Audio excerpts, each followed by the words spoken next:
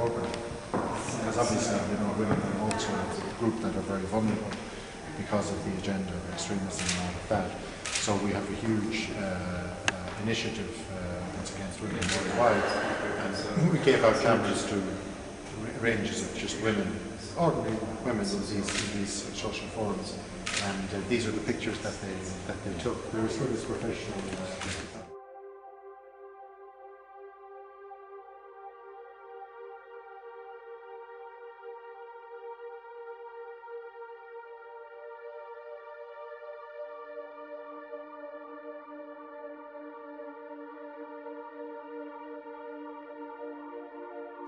We got sponsorship for the basketballs, and the kids loved it. But what they had to do is they had to simultaneously bounce the basketball for 5 minutes, uninterrupted. So if you stopped dribbling, then you were out. And I thought like, wow, this is not going to be so easy. It's not going to be so easy. When you want to see them, 7,000 kids, and they were all there bouncing it perfectly. Really, they all had their little space and dot on the ground, and they had to bounce. I'm Deborah, and we feel like something that really interesting came out today was the difference between, or maybe the mismatch between goodwill and good action that we have in our heads, kind of what we maybe think is the right thing to do, but not necessarily know how that plays out. We spoke today a lot about apathy and about whether we should be focused on engaging those who are apathetic or challenging those who have a misguided view of activism. The program has been so successful over the last number of years that the extremists get more and more frustrated with us. So they attacked physically the locations before the program started this year. It's on the video that we did. That's not Hamas, is it? No. These are these other extremist groups, and the great news was that the community again rallied in our support, and we had fantastic success. They came and rebuilt.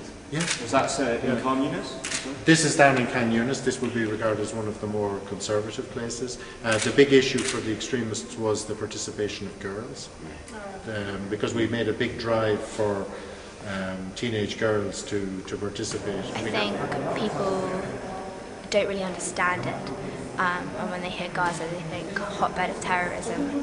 I think there's a lot of soreness because of Cast-led, and people feel very confused and conflicted, and they're met all the time with images on television of terrible humanitarian conditions that they can't deny. At the same time, there are many voices pulling at your heartstrings from all sides, both humanitarian from Gaza and also humanitarian images that come from steroids. And as Jews, we have two things pulling on us: our maybe allegiance to the state of Israel that we might feel, and also our human values, which are universal. And people feel very confused, and no one knows who to believe.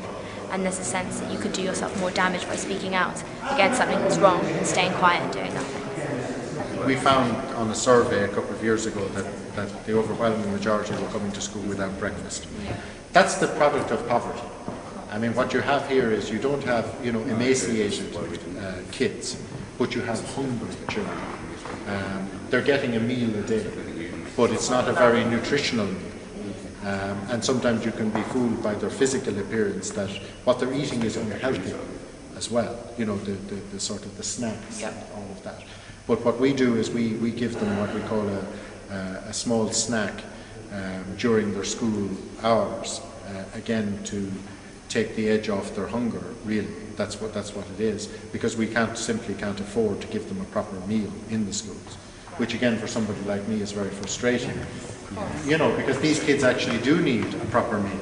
Yeah, they can't learn if they're hungry. Correct. I think you help one life, you help the world. That's a Jewish concept, and human rights are a Jewish concept, and the founders of all the human rights documents were Jews. And I think recently we've lost sight of that, and a lot of political manipulation has maybe taken away the focus, which it should be on human rights.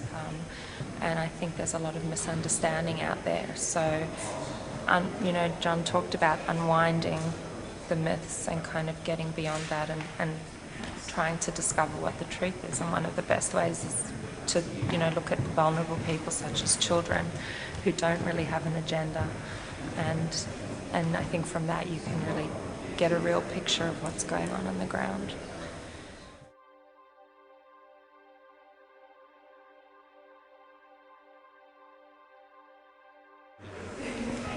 I'm Rabbi Jonathan Wittenberg, and we're here in Coventry at Limmud, Great Britain, something like 2,000 participants in this conference, and we've understood how important it is at such Jewish conferences with all kinds of learning to hear the story of the other, to listen to voices we often don't listen to. So we're very honoured that John Ging, head of UNRWA in Gaza, has come specially to Britain to be with us.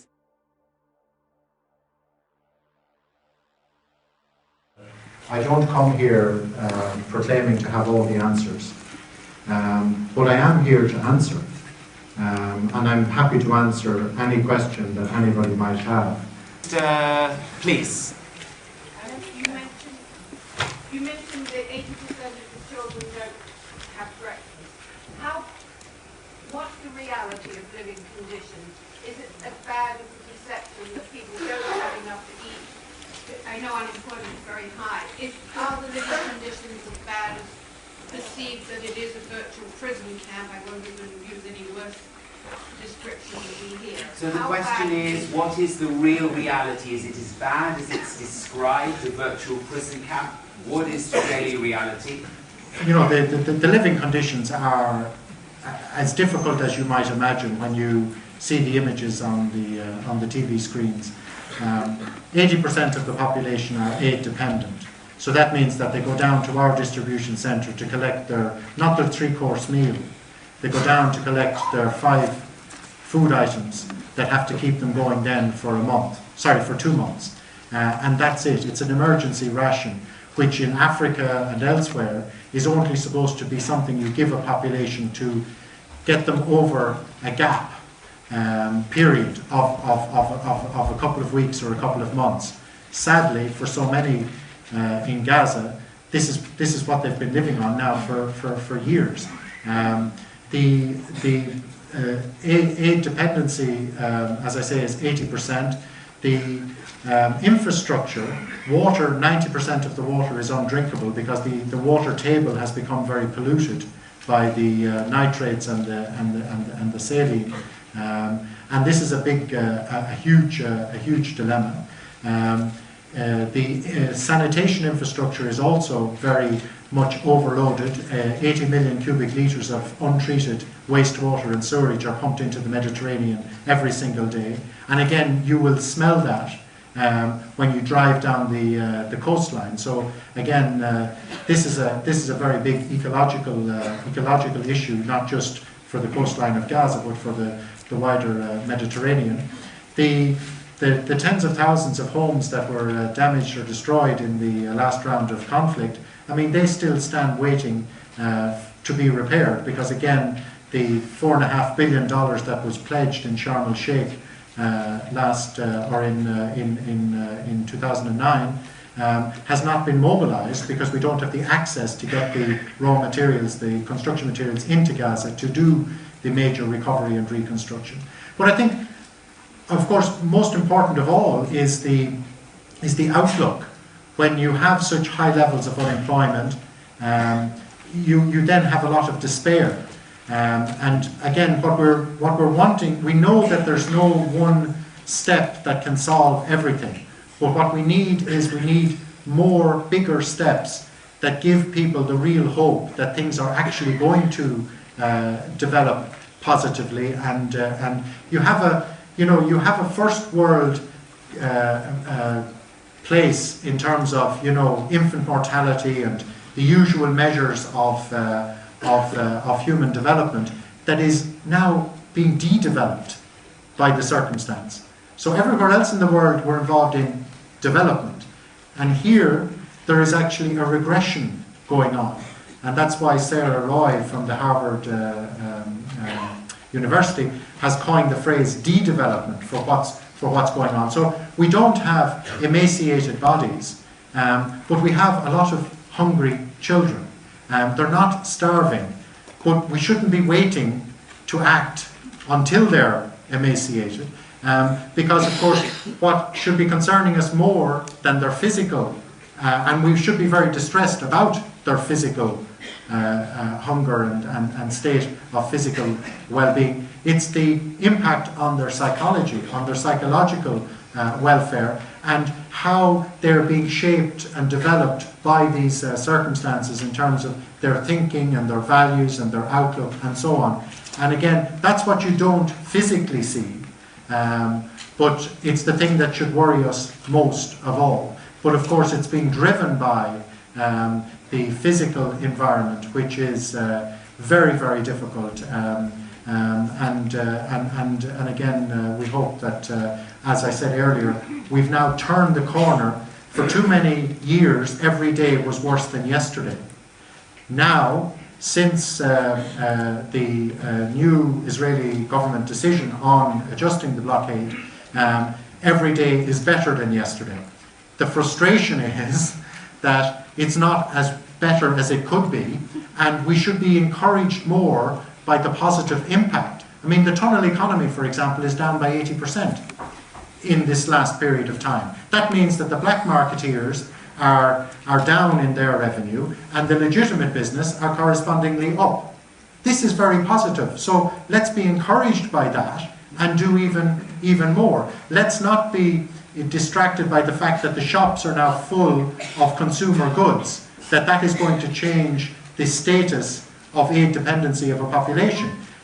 When people are going down to our distribution centres, as 80% of the population are, it's irrelevant to them what's in the shop, because they can't afford to buy it. Except that they're encouraged that now that they see those things in the shop, they have a real reason to hope that maybe the next step will be that we will have raw materials for industry to start again. So again, the people of Gaza are a hopeful people. They look at the positive developments as a basis upon which to hope that there will be more positive developments. But I would also ask that we not deceive ourselves that what are those positive developments are the totality of what's going to make a difference. I mean, they're nothing more than the beginning of the process of getting to where we need to be, which is, of course, to triumph over the security challenges, to triumph, to take the power away from the guys who fire rockets and so on, to dictate action. We must be stronger than that. We must find ways to effectively overcome that challenge and continue with, as I say, the development of a circumstance and an environment which is positive.